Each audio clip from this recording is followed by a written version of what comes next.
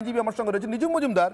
দেখুন, সৈয়দ আশরাফি পাপিয়া, নাজমা কওসার, আমি বলছি যারা প্রতিষ্ঠিত রাজনৈতিক শক্তি, যারা সংসদীয় পথে দেশের সংবিধান মেনে নির্বাচনে অংশগ্রহণ করেন, হয়তো যোজন তফাৎ আছে, যোজন বিস্তর আছে এই এই এই দুটি শক্তির মধ্যে, আওয়ামী লীগ এবং বিএনপি। থাকা স্বাভাবিক, রাজনৈতিক মতভেদ থাকবে, এটা আমি আবারও বলবো আপনাদের দেশের অভ্যন্তরীণ রাজনীতির বিষয়। কিন্তু আমি দেখছি দুজনেই কিন্তু এখানে একমত জামাতে ইসলামের রাজনীতি নিয়ে, দুজনেই একমত ইউনূস যেভাবে ক্ষমতা আঁকড়ে রয়েছেন সেটা অসাংবিধানিক, অগণতান্ত্রিক, বেআইনি। এটা নিয়ে আমি নিজুম মজুমদার এখান থেকেই বুঝতে চাইছি, ইউনূসের ক্ষমতা আঁকড়ে থাকার মরিয়া চেষ্টার সঙ্গে ভারতের সীমান্তে জোর করে এই পায়ে পা লাগিয়ে ঝগড়া করতে চাওয়ার কি কোনো সম্পর্ক আছে বলে আপনার মনে হয়?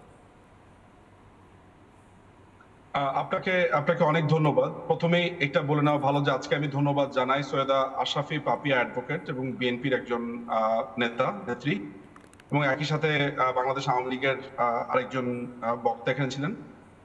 বিএনপির ব্যাপারে আমাদের সবসময় প্রত্যাশা তো এটাই ছিল, বিএনপি আমাদের রাজনৈতিক প্রতিপক্ষ, এটা সত্যি কথা।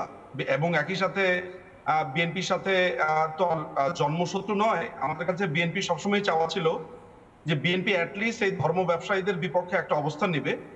ফলে আমি পুরনো কথা টেনে না এসে আমি এটাকে শুরুতেই অ্যাপ্রিসিয়েট করব, এবং আমাদের অনেকের থেকেই সৈয়দ আশরাফি পাপিয়ার ভালো জানার কথা, বিকজ আমি ভুল না করে থাকলে তিনি রাজশাহী ইউনিভার্সিটিতে পড়েছেন এবং সেখানে জামাতের প্রকোপটা ওনার সবচেয়ে ভালো বোঝার কথা এবং জানার কথা, উনি জানেনও সেটা। দেখেন, এখানে পায়ে পা লাগিয়ে ঝগড়া করবার কথা যেটা বলা হচ্ছে সেটা তো আমরা 5ই অগাস্টের পর থেকেই দেখতে পাচ্ছি, একদম পরিষ্কার।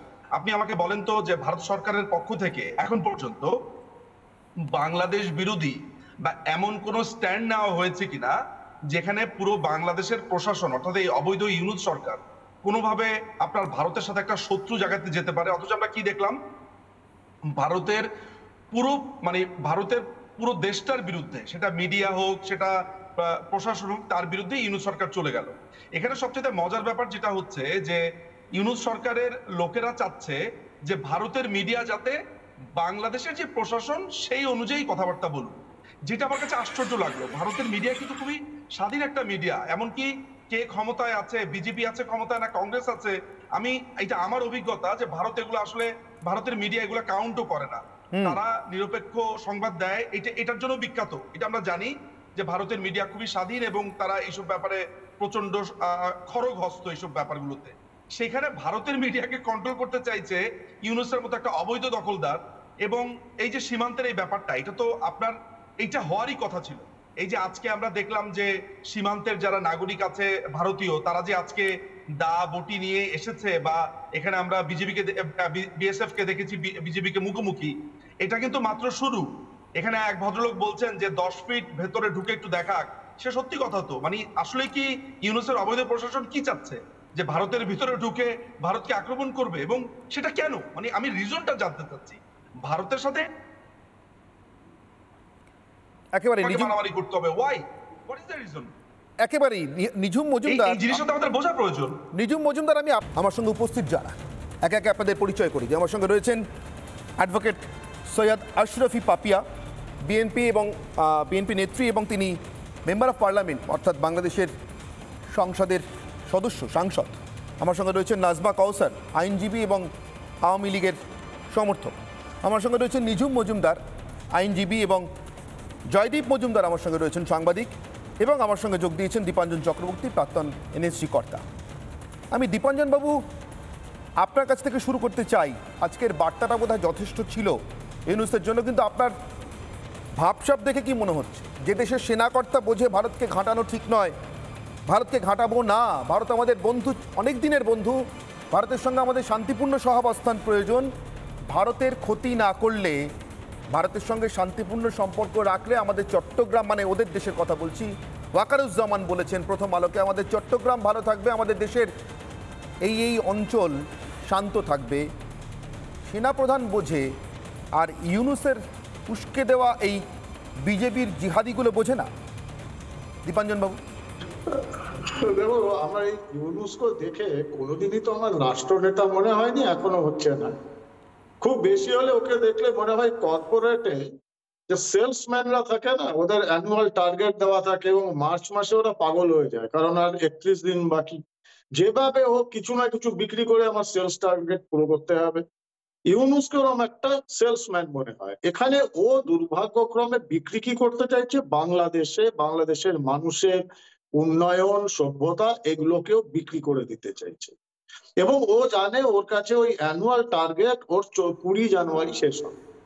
যেই মুহূর্তে ডোনাল্ড ট্রাম্প এসে যাবে ক্ষমতায় সরকারিভাবে, সেদিন থেকে এই ডিপ স্টেট আর পাকিস্তানের ISI এর যে মদতে যে লাফালাফি শুরু হয়েছিল এটা শেষ হয়ে যাবে। ওর কাছে টার্গেট ওইটুকু। এবং আমি বারবার বলেছিলাম যে ইউনূস একটা বাঘের পিঠে চড়ে রয়েছে, সেই বাঘের পিঠেই ওকে থাকতে হবে, পিঠ থেকে নামলে বাঘ খেয়ে ফেলবে, কারণ ওই বাঘের নাম সন্ত্রাসবাদ। আর যদি দৌড়াতে থাকে একটা সময়ের পরে আরো বড় সত্যিকারের বাঘের সামনে আসতে হবে, সেটা হচ্ছে ভারতবর্ষ। তুমি যেটা বললে এক্স্যাক্টলি, বাংলাদেশে আমার ব্যক্তিগত বহু বহু মানুষ বন্ধু রয়েছেন, তাদের আমি কিছুতেই এই যে আজকের জিহাদি অংশ বাংলাদেশের তার সঙ্গে কোনো মতেই মেলাতে পারবো না।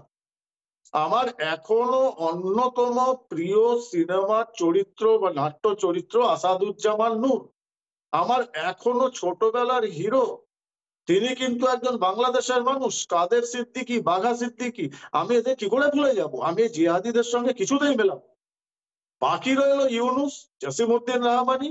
আমরা বলছি ভারত প্রস্তুত, ভারতকে শুধুমাত্র প্ররোচনা দেওয়ার চেষ্টা করবেন না। এই লম্ফঝম্পটা আপনারা ভারতবর্ষের বর্ডারে ঢুকে 10 ফিট ক্রস করে দেখান, আপনারা যা বলবেন আমি আপনাদের সঙ্গে জিহাদের মন্ত্রে দীক্ষা নিয়ে নেব। 10 ফিট, ভারতবর্ষের 10 ফিট ভেতরে ঢুকে পা রাখুন। জিহাদ কাকে বলে আমরা বুঝিয়ে দেবো, ওইখানেই কবর দিয়ে দেবো। সমস্যাটা হচ্ছে ইউনূস জানে যে ওর কাছে দিন নেই। পাকিস্তানের চাচারা হাত উঠিয়ে নিচ্ছে। পাকিস্তান এখন খাইবার পাখতুনখোয়া বাঁচাবে, বালুচিস্তান বাঁচাবে, না পাক অকুপাইড কাশ্মীর বাঁচাবে, না এখানে একে সাপোর্ট করবে ইউনূসকে। আর ইউনূস নিজে চট্টগ্রাম বাঁচাতে পারছে না, কক্সবাজার বাঁচাতে পারছে না, ভারত কি আক্রমণ করবে? ইউনূসের আরেক কাকা জ্যাঠা চীন, তারা সামলে গিয়েছে। এখন দেখছে যে আমি যদি মায়ানমারের জুনটা আর বাংলাদেশকে সাপোর্ট করি, আরাকান আর্মি আমার ব্যবসায়িক পুরো বিজনেসটা 12টা বাজিয়ে দেবে, ভারত আমার বিপক্ষে চলে যাচ্ছে। তো এই অবস্থায় এখন ইউনূস বাঘের পিঠে একা, ঢাল নেই, তলোয়ার নেই। নিধিরাম সর্দার প্ররোচনা দেওয়ার চেষ্টা করছে যে কোনো প্ররোচনাতে ভারত যদি কোনো রিটালিয়েট করে, কোনো সার্জিক্যাল স্ট্রাইকের মতো কোনো ঘটনা ঘটে, তাহলে সারা বিশ্বের কাছে গিয়ে দৌড়াতে থাকবে যে ওই পুরনো স্টোরি ইসলাম খতরে পে হ্যাঁ, এবং জিহাদের ডাক দেওয়াবে ওকে দিয়ে, ওর এই পাকিস্তানের চাচা এবং তাদের এই ছোট ছোট যে পুত্ররা রয়েছে জসিমউদ্দিন রহমানি এটসেট্রা। সন্ত্রাসবাদ আমরা জানি কি করে ডিল করতে হয়, জিহাদিদের কি করে ডিল করতে হয় জানি, কিন্তু ভদ্রবেশী সোকল নোবেল লরিয়েট যে এই জিহাদি ইউনূস এবং তার দালালেরা, এই নজরুল আসিফের মতো, তাদের কি করে ডিল করতে হয় সেটাও আমরা দেখিয়ে দেবো যথাসময়। শুধু প্ররোচনা কেন, একবার ভারত আক্রমণ করে দেখুন, ভারতের বর্ডারে ঢুকে দেখুন, তারপর দেখুন আপনাদের আমরা 72 হুড়ির কাছে পাঠাতে পারি কি করে। দীপাঞ্জন বাবু, নানা ধরনের কন্টেন্ট দেখার জন্য লাইক করুন, শেয়ার করুন আমাদের ফেসবুক পেজ, সাবস্ক্রাইব করুন আমাদের ইউটিউব চ্যানেল। পাশাপাশি অন্যান্য ব্রেকিং নিউজের জন্য অবশ্যই চোখ রাখুন রিপাবলিক বাংলায়।